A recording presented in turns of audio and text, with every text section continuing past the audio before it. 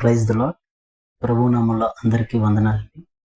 ఈరోజు దేవుని వాగ్దానం, యెహోవా ధర్మశాస్త్రం నందు ఆనందించుచు దీవారాత్రులు దాన్ని ధ్యానించువాడు ధన్యుడు, అతడు చేయనిదంతయు సఫలమగును. ఈ రోజుల్లో చాలా మంది ఏమంటారంటే, అన్నా ఏది చేసినా కలిసి రావట్లేదు, ఏది చేసినా ఎదురే వస్తుంది అని అంటారు.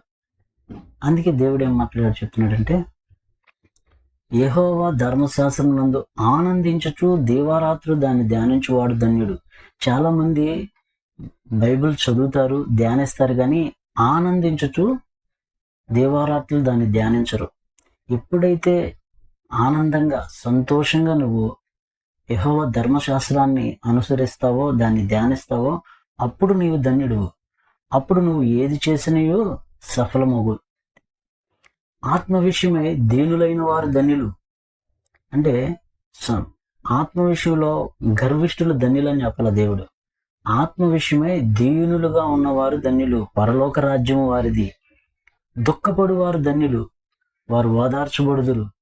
చాలా మంది ఏమనుకుంటారంటే, మాకెప్పుడు కష్టాలే, దేవుడు మాకు తోడుగా లేడు అని అనుకుంటారు. నువ్వెప్పుడైతే దుఃఖపడుతున్నావో అప్పుడు దేవుడు నీ దగ్గరికి వస్తాడు. ఏ విషయంలో దుఃఖపడాలి? ఇతరులను ఓదార్చే విషయంలో, ఇతర బాధల విషయంలో నువ్వు దుఃఖపడి దేవునికి ప్రార్థన చేస్తే అప్పుడు నీవు ధన్యుడు అవుతావు, నీవు ఓదార్చబడతావు. సాత్వికులు ధన్యులు. ఇక్కడ కోపం కలిగి గర్విష్ఠులుగా గర్వంతో నడుచుకున్న వారు ధన్యులని చెప్పట్ల దేవుడు. సాత్వికులు ధన్యులు, వారు భూలోకమును స్వతంత్రించుకుందరు. నువ్వు సాత్వికంగా ఉంటే నీవు ధన్యుడివి, భూలోకం నీకు లోబడిద్ది అని దేవుడు చెప్తున్నాడు. నీతి కొరకు ఆకలి దప్పులు గలవారు ధన్యులు, వారు తృప్తిపరచబడుదురు. నీతి కొరకు నీవు ఆకలిగా ఉన్నా, లేమిలో ఉన్నా, నువ్వు నీతిగా జీవిస్తే ధన్యుడు అని చెప్తున్నాడు దేవుడు. అక్రమంగా డబ్బు సంపాదించి సంతోషంగా సుఖ సంతోషాలతో కార్లు బంగ్లాలతో ఉండేవారి కంటే నీతి కొరకు నువ్వు నిలబడి ఆకలిగా ఉన్నప్పుడు నీవు ధన్యుడవు. వారు తృప్తిపరచబడుదురు, దేవుడే వారిని తృప్తిపరుస్తాడు. కనికరము గలవారు ధన్యులు, వారు కనికరము పొందుదురు. నువ్వు ఎవరి మీద అయితే కనికరం చూపిస్తావో అప్పుడు దేవుడు నీ మీద కనికరం చూపిస్తాడు, అప్పుడు నీవు ధన్యుడిగా ఉంటావు. హృదయ శుద్ధి గలవారు ధన్యులు, వారు దేవుని చూచెదరు. నీ హృదయం శుద్ధిగా ఉంటే నీవు దేవుని చూస్తావు, అంటే పరలోక రాజ్యం కంపల్సరీగా వెళ్తావు. హృదయ శుద్ధి గల వారు ధన్యులు, వారు దేవుని చూచెదరు. మనం దేవుణ్ణి ఎప్పుడు చూస్తాం? దేవునితో ఎప్పుడు నిత్యము జీవిస్తాం, పరలోకంలో జీవిస్తాం. అందుకని ఈ లోకంలో నీకు కావలసింది హృదయ శుద్ధి. నీవు హృదయ శుద్ధిగా, నీ హృదయం శుద్ధంగా ఉంచుకుంటే, పరిశుద్ధంగా ఉంచుకుంటే నీవు ధన్యుడవు. సమాధాన పరచువారు ధన్యులు, వారు దేవుని కుమారులు అనబడుదురు. ఈ రోజుల్లో ఇద్దరు ముగ్గురు గొడవ పడితే ఒక మధ్యలో ఉన్న వ్యక్తి అటు మాట్లాడతాడు, ఇటు మాట్లాడతాడు. అంటే ఏంటి? ఎవరికి చెడవకూడదన్న ఉద్దేశంలో ఎవరి మాటకి వారికి ఓకే చెప్తానే ఉంటాడు, కానీ ఇది కరెక్ట్, ఇది తప్పు అని చెప్పరు. ఇద్దరిని సమాధాన పరచడం కాకుండా ఇద్దరికి గొడవలు పెట్టడమే వాళ్ళ పని అవుతూ ఉంటుంది. అలాంటి వారు దేవుని బిడ్డలు కారు. సమాధాన పరచువారు ధన్యులు. నీ మాట ఇతరులకు సమాధాన పరిచేటట్లుగా ఉండాలి, అప్పుడు నువ్వు దేవుని బిడ్డవని జనాలు ముద్ర వేస్తారు.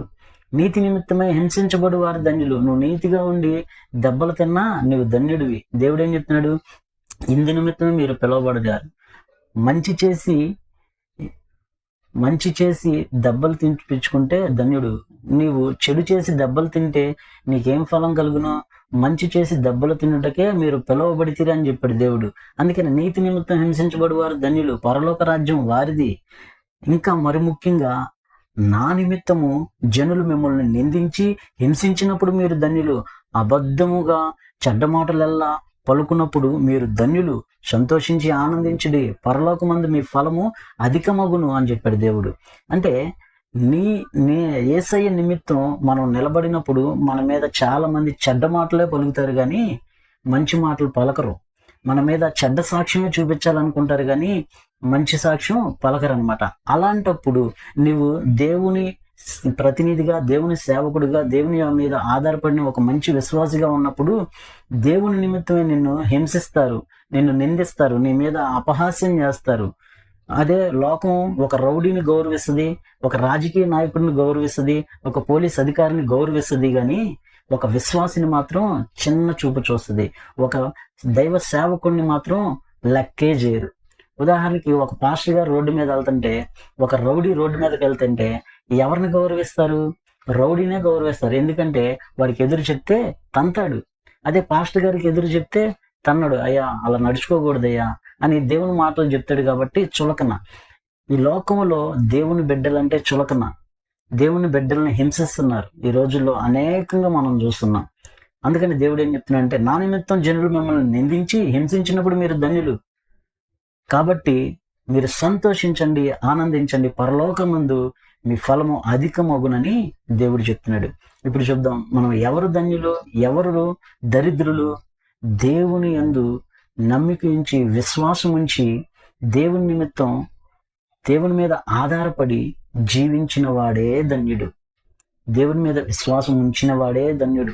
దేవుని పోలి నడుచుకున్న వాడే ధన్యుడు.